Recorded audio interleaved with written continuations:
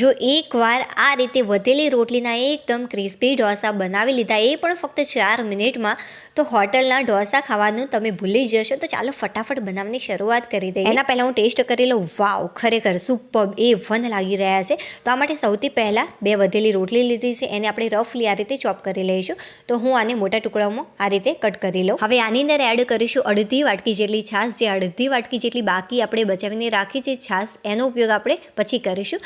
સારી રીતે એકવાર મિક્સ કરી અને રોટલીને આ રીતે આપણે છાશમાં 4 થી 5 મિનિટ માટે રાખીશું. અને હા ફ્રેન્ડ્સ, 4 થી 5 મિનિટની અંદર મેં સરસ મજાની લાજવાબ ચટણી તૈયાર કરી છે. આનો જે વિડીયો છે નીચે રિલેટેડ વિડીયોમાં શેર કરી દઈશ, તો તે તમે ચોક્કસથી જોઈ લેજો. હવે મિક્સર જારની અંદર એ રોટલી લઈ જે અડધી વાટકી જેટલી છાશ હતી એ ઉમેરી ફરીથી આપણે 1 વાટકી ભરીને આની અંદર પાણી એડ કરીશું. હવે આની અંદર 1 વાટકી ભરીને ઝીણી સોજી એડ કરી સારી રીતે ક્રશ કરી લઈશું. તો જો એકદમ સરસ મજાનું સ્મૂથ બેટર તૈયાર હશે.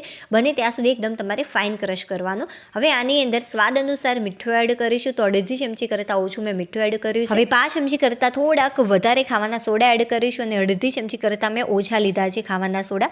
હવે સારી રીતે એકવાર બેટરને ફેટી લેવાનું અને ત્યારબાદ તવો થોડું ગરમ થાય ત્યારે સરસ મજાનો ઢોસો આપણે આ રીતે તૈયાર કરી દઈશું.